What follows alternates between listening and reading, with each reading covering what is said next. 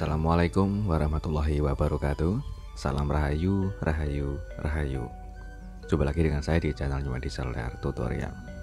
Saya mohon maaf sebelumnya baru sempat bikin konten lagi ya teman-teman, karena sudah beberapa minggu, mungkin sekitar 2 minggu baru sempat upload atau berbagi tutorial di konten YouTube saya. Karena banyak kesibukan di awal bulan puasa sampai akhir bulan puasa ini yang hampir mau lebaran, itu saya sangat sibuk sekali untuk mengerjakan antrian handphone dari pelanggan daerah saya sendiri maupun di luar kota. Jadi saya mohon maaf apabila agak lama atau jarang banget bikin konten teman-teman. Dan di kesempatan kali ini ada servis handphone dari teman konter sendiri. Dari teman konter daerah saya sendiri membawa handphone yang sudah dibongkar sebelumnya. Memang sudah dicek sebelumnya sama beliau, saya cek ulang. Ini adalah handphone Poco F3. Setelah saya cek menggunakan USB doktor, sama sekali tidak ada tanda-tanda pergerakan ampere ya teman-teman. Jadi handphone mati total, dan beliau disuruh untuk membantu memperbaiki handphone ini. Untuk handphone ini setelah saya cek menggunakan USB doktor ataupun menggunakan power supply, sama sekali tidak ada pergerakan ampere atau alias mati total.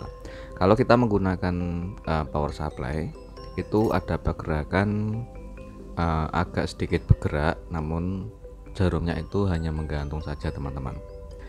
Karena untuk mempercepat proses pengerjaan, jadi saya persingkat saja sekaligus untuk menjelaskan proses step by step perbaikan handphone Poco F3 ini.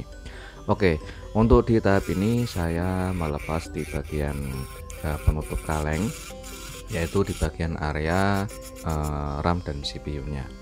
Sedangkan untuk di bagian kaleng, untuk mempermudah saat kita proses mencongkel IC atau agar tidak bikin cacat ataupun agak lebih longgar atau sedikit ada celah untuk memasukkan pisau alat congkel CPU nya. Jadi saya potong sedikit saja atau hanya sebatas buat celah saja teman-teman. Untuk memotong menggunakan gerinda itu harus hati-hati teman. Yang penting itu adalah di bagian serbuk dari sisa kaleng yang kita gerinda. Jadi saya menggunakan solasi untuk melindung di bagian handphonenya atau mesinnya agar tidak kemasukan serpihan atau serbuk dari gerinda itu sendiri. Oke, tahap ini kita membersihkan sisa lem atau bukan sisa lem atau di bagian lem di samping CPU. Itu saya menggunakan alat khusus yaitu pisau congkel. Kita kerik dulu untuk lem yang ada di samping CPU nya. Karena di tahap ini saya langsung saja untuk rebal CPU dan IC RAM-nya. Oke, untuk panas pada blowernya saat kita kerik lemnya di samping IC, saya menggunakan panas di angka 260-an. Sedangkan untuk di bagian saat kita proses mencongkel IC-nya itu saya menggunakan panas di angka 375 sampai 385. dengan corong kurang lebih sekitar 10 mili teman-teman. Untuk anginnya sendiri saya menggunakan angin di antara kurang lebih 40 sampai 45. Dan jangan lupa untuk melindungi di bagian IC UFS, kalian bisa menggunakan solasi anti panas. Oke, untuk tahap mencongkel di bagian RAM sudah sukses, dan sekarang kita congkel di bagian IC CPU nya. Untuk mencongkel IC CPU ini adalah step yang paling rawan teman-teman, karena jika tidak terbiasa atau belum terbiasa mencongkel IC CPU di handphone Poco F3 itu, jujur kalau saya bilang lemnya sangat keras teman-teman. Dari pengalaman saya, dari dibanding dari Poco X3 Pro atau X3 itu lebih keras sama Poco F3 teman-teman. Kalau Poco F3 ini lemnya itu hampir keseluruhan di bagian kaki pada CPU. jadi sangat tebal dan juga sangat keras sekali. Kalau kita tidak hati-hati atau asal congkel dan memaksa untuk melepas CPU dari PCB, itu bisa menyebabkan rontok pada kaki pin IC yang ada di layar PCB maupun atau di bagian CPU-nya. Jadi alangkah baiknya kita kerjakan dengan pelan-pelan dan hati-hati saat proses mencongkel IC-nya. Jika masih keras itu jangan dipaksa teman-teman. Jika sudah selesai kita angkat, kita bersihkan sisa timah dan juga membersihkan sisa lem yang ada di PCB. Untuk membersihkannya juga harus hati-hati teman-teman. Jika misalnya ada beberapa komponen yang bergeser atau terlepas, itu disimpan dulu, tujuannya agar komponen itu tidak hilang teman-teman. Karena saya tahap untuk proses mencongkel IC tidak menggunakan proses menggunakan alat congkel pisau CPU. Untuk mengangkat CPU nya itu saya congkel secara di bagian samping ya teman, dari samping.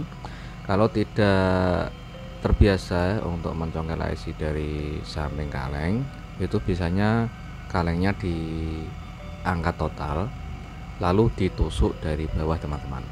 Itu juga metode berbeda-beda di setiap teknisi. Setelah kita membersihkan di bagian PCB, membersihkan sisa timah atau meratakan timah yang ada di PCB maupun membersihkan di bagian lem yang ada di PCB, kita bersihkan juga di bagian sisa lem dan juga sisa timah yang ada di bagian IC RAM maupun di bagian IC CPU-nya.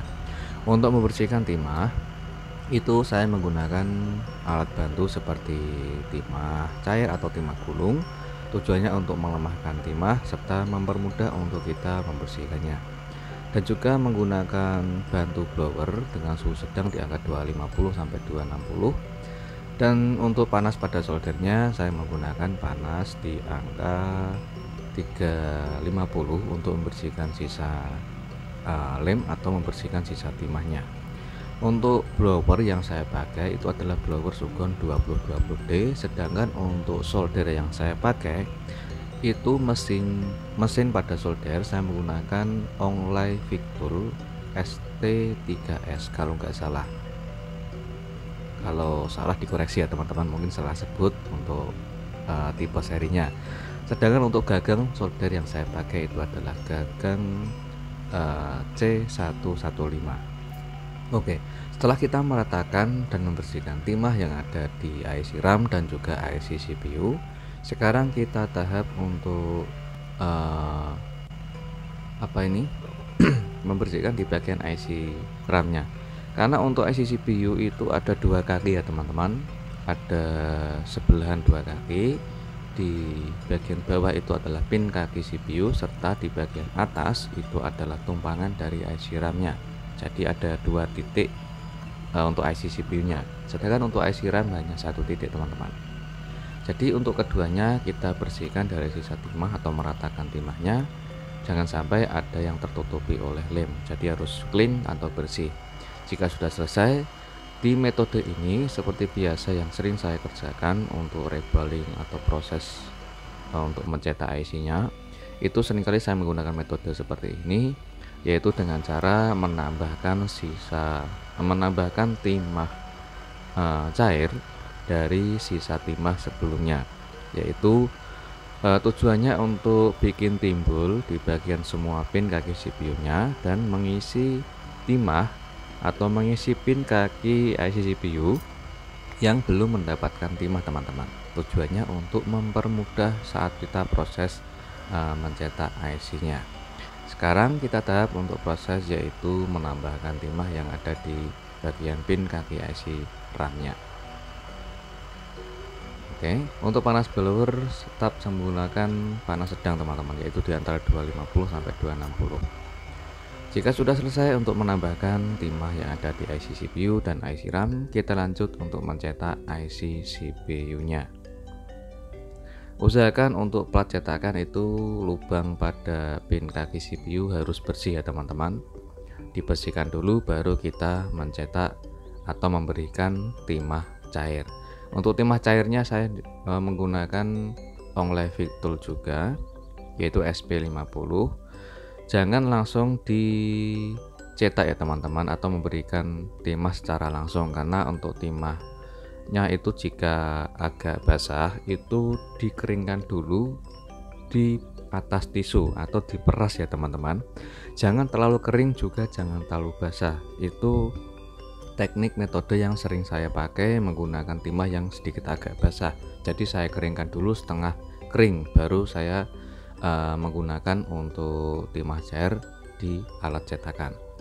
Jika CPU-nya sudah kita cetak, kita lanjut untuk mencetak di bagian IC RAM-nya. Untuk panas blower saat mencetak IC, saya menggunakan panas sedang di angka 250 sampai 260. Untuk jaraknya juga jangan terlalu dekat teman-teman. Anginnya juga saya menggunakan panas di angka 40-an. Jadi setiap alat atau blower atau alat yang kita pakai itu mungkin setiap teknisi beda-beda pemakaiannya. Jadi tergantung kebiasaan dari teknisi masing-masing teman-teman. Jadi ukuran panas atau suhu ataupun angin itu tidak harus sama atau tidak harus sesuai. Jadi harus kira-kira saja dari kebiasaan masing-masing.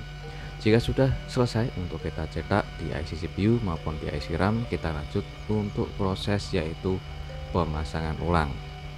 Oke, kita pasang untuk IC CPU-nya dulu. Jadi harus dipresisikan di bagian letak pada garis pin kaki IC CPU yang ada di mesin. Jangan lupa sekaligus untuk melindungi di bagian IC UFS menggunakan isolasi anti panas. Tujuannya untuk menghindari resiko agar IC UFS-nya itu tidak berimbas panas pada blower teman-teman. Untuk pemasangannya saya menggunakan panas di angka kurang lebih sekitar 320 teman-teman. Untuk anginnya di angka 40 sampai 45. Itu adalah alat blower Sugon 20D yang saya pakai. Jadi saya ulangi lagi, setiap alat atau blower atau alat yang kita pakai itu pasti beda merek, beda setelan ya teman-teman. Untuk kalau saran saya, kalau dari pengalaman saya sendiri, untuk setelan pada blower itu tergantung dari sopirnya atau tergantung dari si teknisinya atau dari kebiasaan masing-masing si teknisinya. Jadi tidak harus pakem menggunakan setelan segini atau segini. Jadi biasakan saja sendiri mencari settingan yang pas buat kerja dari pribadi masing-masing teman-teman. Jadi tidak harus patokan setelan pada blowernya mengikuti orang lain. Jadi kalau saran saya dari pengalaman saya sendiri, kalau menggunakan panas sedikit, misalnya kalau menggunakan panas blower segini kurang cocok atau kurang nyaman, ya disetting sendiri ya teman-teman. Jadi tidak harus mengikuti settingan orang lain, karena belum tentu settingan orang lain itu sama dengan apa yang kita inginkan, karena sangat berbeda-beda sekali untuk setiap proses perbaikan, khususnya memperbaiki handphone. Oke, kita fokus untuk proses pemasangan IC CPU nya. Usahakan benar-benar terpasang dengan presisi dan usahakan semua titik timah yang ada di IC CPU harus benar-benar nempel semua di bagian mesin teman-teman. Jangan terburu-buru untuk menyelesaikan pemasangannya kalau belum benar-benar terpasang dengan sempurna. Jadi untuk metode ini sering saya pakai, yaitu menggunakan metode kita goyang sedikit demi sedikit jika timahnya sudah matang, sambil kita tekan secara merata atau kita tekan secara halus. Tujuannya agar timah yang ada di bagian tengah IC ataupun semua pin kaki IC itu biar nempel semua ke bagian mesin teman-teman. Karena apabila ada pin yang ada nilainya itu tidak terhubung ke bagian mesin alias tidak nempel ke mesin, jika ada beberapa atau salah satu atau dua pin saja yang ada nilainya tapi tidak nempel ke mesin, itu bisa menyebabkan handphone akan problem, atau ada problem mungkin kita cek setelah kita pasang itu tidak nyala, ataupun ada problem lain seperti kamera tidak bisa berfungsi atau hal yang lainnya. Oke, Kita lanjut untuk proses pemasangan IC RAM setelah kita selesai pemasangan IC CPU. Saran saya untuk pemasangan IC RAM, usahakan untuk di bagian pemasangannya sebelum kita pasang IC RAM, perhatikan di bagian titik-titik pada di atas IC CPU, itu adalah tumpangan dari IC RAM. Usahakan timahnya sama rata dan bersih teman-teman. Jika sudah kita bersihkan dan kita ratakan untuk timahnya, baru kita proses tahap pemasangan untuk IC RAM-nya. Dan kita presisikan dulu hingga benar-benar presisi terlebih dahulu sebelum kita terlanjur untuk pemasangan atau kita terlanjur untuk memblowernya. Usahakan kita presisikan dulu dengan tenang dan santai, tidak usah terlalu buru-buru dan tidak usah terlalu cepat untuk proses perbaikannya. Oke, jika sudah selesai untuk kita presisikan, kita lanjut untuk memblowernya atau proses pemasangannya. Untuk panasnya sendiri saya menggunakan panas tetap yang sama. Untuk proses pemasangan saya menggunakan panas di angka 320 dan anginnya di angka 40 sampai 45. Untuk jaraknya juga diperhatikan ya teman-teman, jangan terlalu dekat dan juga jangan terlalu jauh. Jadi hanya kira-kira saja lah, karena setiap teknisi itu pasti punya metode sendiri-sendiri. Jadi tidak semua harus sama dari apa yang saya berikan di konten tutorial ini.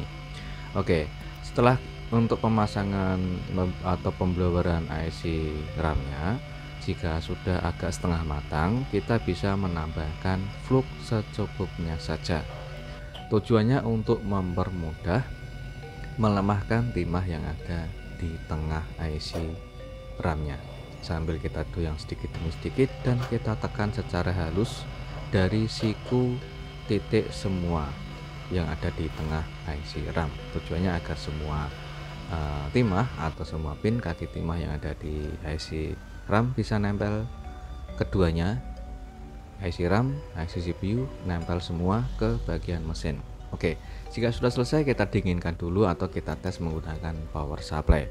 Karena ini stepnya saya percepat saja tanpa kita tes menggunakan power supply. Usahakan kalau saran saya kita tes menggunakan multitester short atau tidak. Jika sudah tidak short, kita bisa langsung menggunakan USB doctor atau power supply dulu.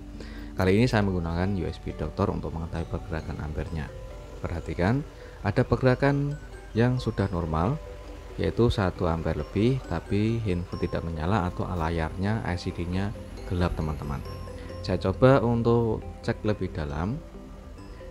Untuk layar pada LCD ini, saya kira itu LCD-nya yang rusak. Ternyata setelah saya coba untuk koreksi, untuk kita tes atau kita cek dulu menggunakan LCD yang lain, jika masih gelap atau kita tes itu keluar gambar tapi lampunya mati, ataupun keluar gambar tapi lampunya mati, itu kita bisa pengecekan ulang, yaitu di bagian dekat CPU itu ada IC display teman-teman.